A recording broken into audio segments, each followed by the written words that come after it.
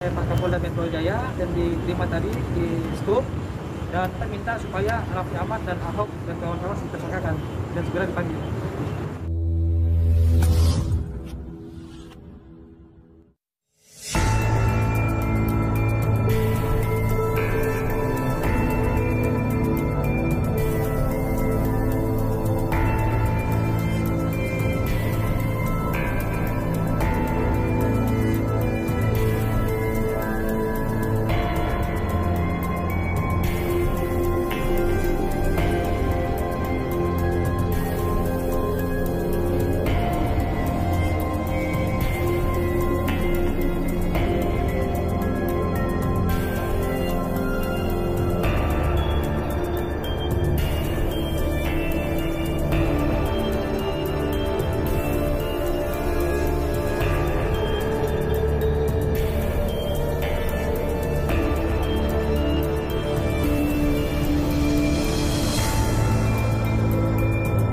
Pak Kapolda Metro Jaya dan diterima tadi di Skup, dan kita minta supaya Raffi Ahmad dan Ahok dan kawan-kawan ditersangkakan dan segera dipanggil. Jadi sudah diterima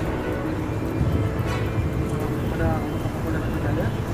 Isinya adalah meminta Raffi Ahmad dan kawan-kawan ditersangkakan.